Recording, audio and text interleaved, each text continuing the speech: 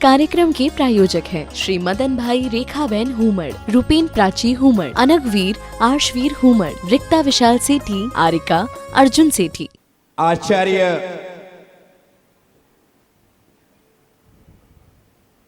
लघु स्वयंभू स्तोत्र जी लिखते हुए 19वीं गाथा में 19वें तीर्थंकर भगवान श्री मल्लिनाथ स्वामी का स्तवन करते हुए कहते, रत्नत्रयं पूर्व भवान्तरेयो व्रतं पवित्रं कृतवान् शेषं कायेन वाचा मनसा विशुद्ध्या तमल्लिनाथं प्रणमामि भक्त्या, तमल्लिनाथं प्रणमामि भक्त्या।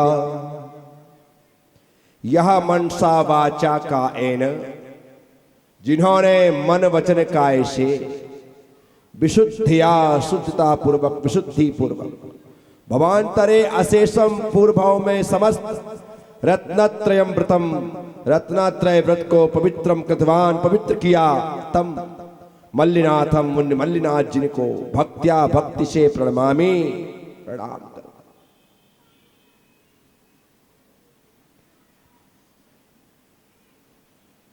जिन्होंने पूर्व जन्म में ही रत्नात्रय को धारण करके उस रत्नात्रय को पवित्र कर दिया। रत्नात्रय से आत्मा का पवित्र होना तो सुना है, लेकिन ऐसी भी कोई आत्मा है जिसने रत्नात्रय को धारण करके रत्नात्रय को पवित्र कर दिया। आचार्य समंत भद्र स्वामी रत्नकरण शाब्काचार्य जी की 13वीं गाथा में निर्विचिकित्सा अंग का स्वरूप बतलाते हुए कहते, स्वभाव दोष चौकाए रत्नात्रय पवित्र निर्जिगुप्सा गुणोपेति मता निर्विचिकित्सता। ये जो काया है ये स्वभाव से ही अपवित्र है। स्वभाव तो सुजव का है, स्वभाव ही इसका अपवित्रता को लिया। यही वजह है कि जो चीज इस काया का स्पर्श करती है उसकी कीमत घट जाती है। शोरूम में खड़ी हुई गाड़ी आप लेकर के आ जाए, घर लाने के बाद अभी आपने स्वस्तिक बना करके कुमकु छींटा ही था, आपके बेटे ने कहा, क्या पापा कौन सी गाड़ी ले आए? मेरी कितनी इच्छा थी कि थार लेते, लेकिन आप तो मेरी सुनते कहाँ हैं। क्या फर्क पड़ जाता 2-5-10 लाख में, लेकिन गाड़ी तो थार होती तो लगता है कि हाँ मैं भी कहीं अपने फ्रेंडों के साथ जाता। तो पिता ने कहा कि बेटा यदि तेरी ऐसी इच्छा है तो चल, इसे हाथों हाथ भेज देते। अभी कंपनी से शोरूम से आई है गाड़ी, और आप यदि किसी को बेचोगे तो भी वह सेकेंड हैंड ही कहलाएगी, और 5-10 हजार रुपए कम में ही देना पड़ेगा। क्या वो कहेगा यदि मुझे नई की कीमत में लेना है तो शोरूम से नहीं उठाऊंगा, तुमसे क्यों, आपसे ले रहा हूं तो भाई 5,000 10,000 तो कम करने ही पड़ेंगे। आप कहोगे चले ले जा, तुम्हारे हाथ लगते ही एकदम से 5-10 हजार कीमत घट गई। स्वभाव तो सुचऊ काये, काया स्वभाव से अशुचि अपवित्र है। आपने किसी पर हाथ रख दिया, समझ जाओ उसकी कीमत खत्म या कब। लेकिन जब यही आत्मा रत्नत्रय को धारण कर लेती है, फिर वह जिस पर हाथ रख दे उसकी कीमत बढ़ जाती है। क्यों? क्योंकि उसने रत्नत्रय को धारण किया है। इस शरीर की कोई वैल्यू नहीं है।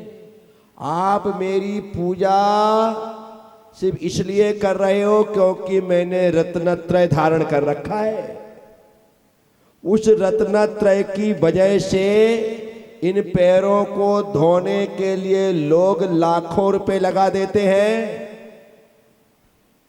लाखों रुपए लगा देते हैं कि नहीं भाई 2, 5, 10 लाख भी जा रही, बोले 5 तो 5 प्रक्षालन मैं ही करने वाला हूं। कमाल हो गया। पैर तो तुम्हारे पास भी हैं, पदम है कि नहीं, परंतु कोई बोले लेके बताए कि सकल दिगंबर जैन समाज समिति के महामंत्री पदम जी बरला के पाद प्रक्षाल की बोली कोई लेगा? क्यों? क्योंकि ये पैर पूजनीय नहीं होते, ये चरण पूजनीय नहीं होते।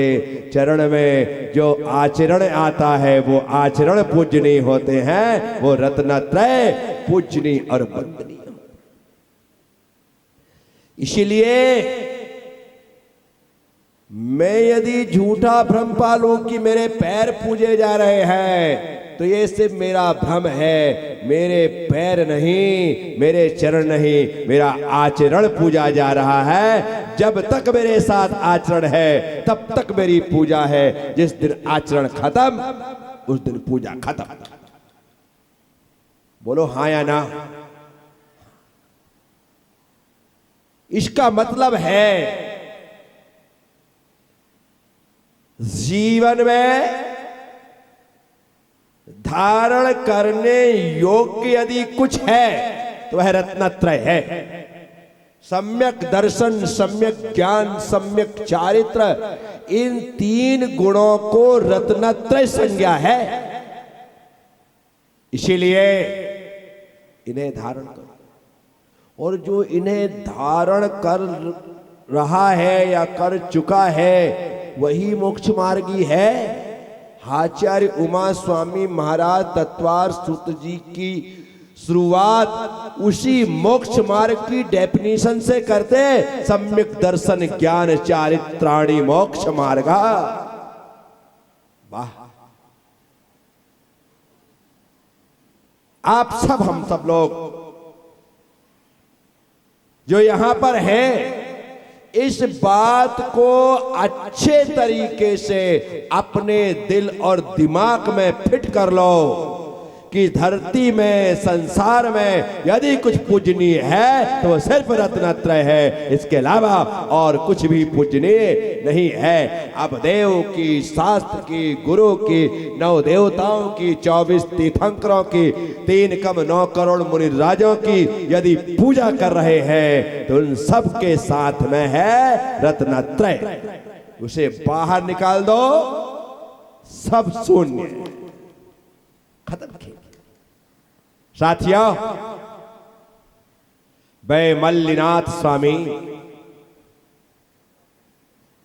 जिन्होंने भवांतरे पूर्व भाव में ही रत्नत्रय को धारण करके रत्नत्रय को पवित्र कर दिया, कभी कभी कुछ लोग सम्मान से सम्मानित होते हैं, कभी कभी सम्मान लोगों से सम्मानित होता है।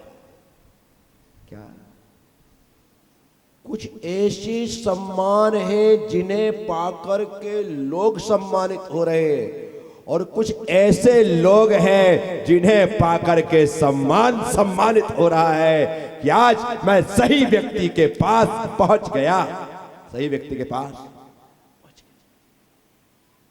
इसीलिए अपने आप को सम्मान से बड़ा बनाना, ताकि तुम्हारे पास आकर के सम्मानित हो सके।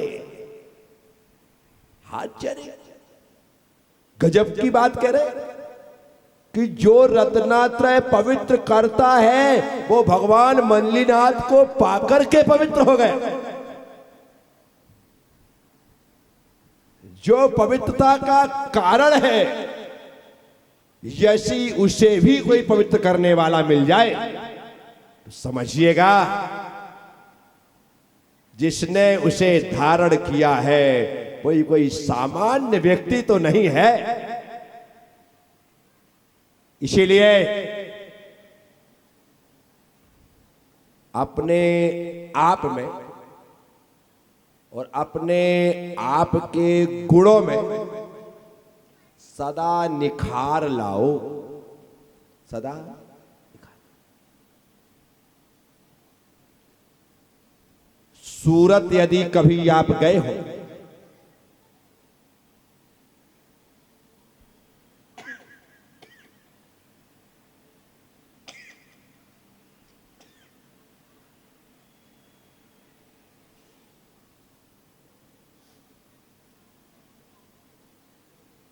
सूरत यदि आप कभी गए हो, गए भी होंगे तो देखा थोड़ी होगा, वहां पर हीरा काटा जाता है, हीरा तरासा जाता है।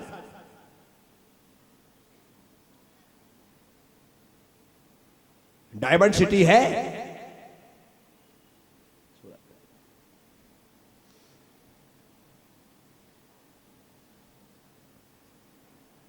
और जो हीरे को तरासा जा रहा है, हीरे की पहले की अवस्था देखो तो आप हीरा मानो ही ना, लेकिन जब उसे तरासा जाता है, उसे घिसा जाता है, ऐसा शानदार कर दिया जाता है कि दुनिया में उससे ज्यादा चमकदार कोई दूसरा रत्न ही नहीं।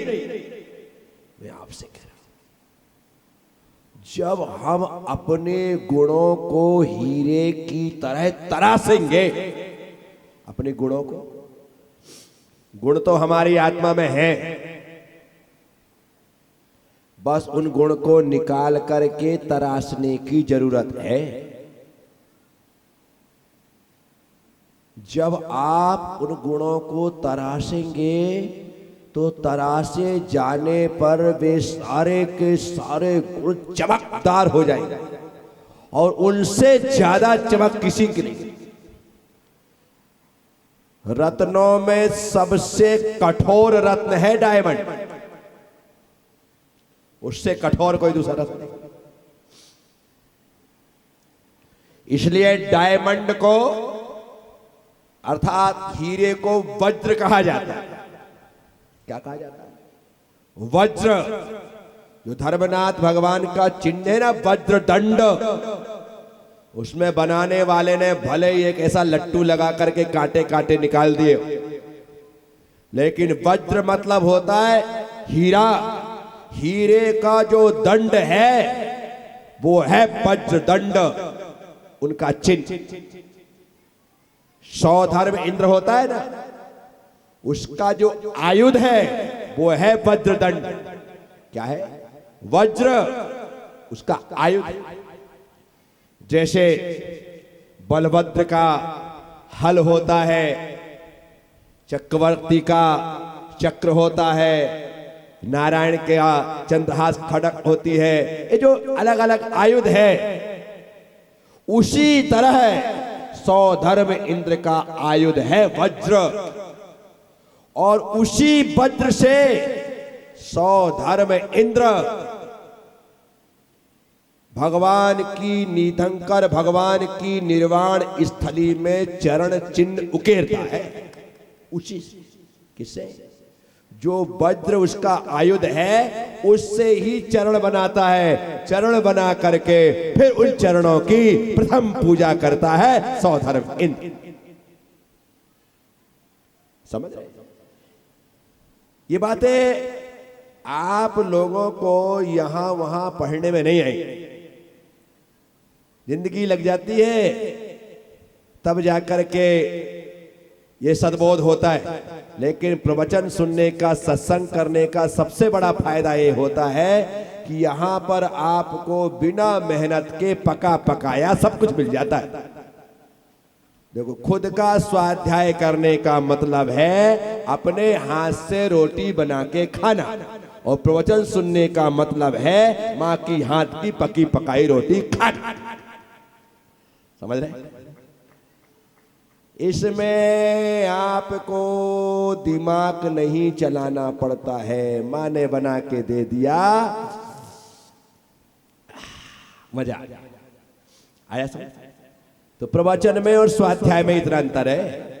खुद पढ़ोगे तो खुद बनाओ, और खुद के बनाने में कई बार रोटी नीचे और हाथ तवे में आ जाता है। क्या? रोटी तो नीचे और हाथ, ऐसा भी होता है। स्वाध्याय में भी कई बार ऐसा होता है, आदमी अपने आप ही उलझ जाता है। लेकिन प्रवचन में जितनी हमारी उलझने होती हैं उन सभी समस्याओं का समाधान अपने आप। तो वज्र, हीरा, डायमंड, ठीक है, जितने भी कठोर चीजें हैं ना, उन सब चीजों को काटने के लिए डायमंड का उपयोग होता है। कांच वालों से पूछो, उनका जो औजार है उसमें डायमंड लगा रहता है, और यूं खिंचता है, हीरे से ही कांच कटता है। बाकी आप कांच को तोड़ तो सकते हो लेकिन काट नहीं सकते, डायमंड उसी से कटे। तो रत्नत्रय, ऐसा रत्न जिसने हमारी आत्मा को निर्मल कर दिया है, हमारी आत्मा को पवित्र कर दिया है, उस रत्नत्रय को मल्लिनाथ भगवान ने धारण किया। इस कार्यक्रम के प्रायोजक हैं श्री मदन भाई रेखाबेन हुमड़, रूपेन प्राची हुमड़, अनगवीर आर्शवीर हुमड़, रिक्ता विशाल सेठी, आरिका अर्जुन सेठी।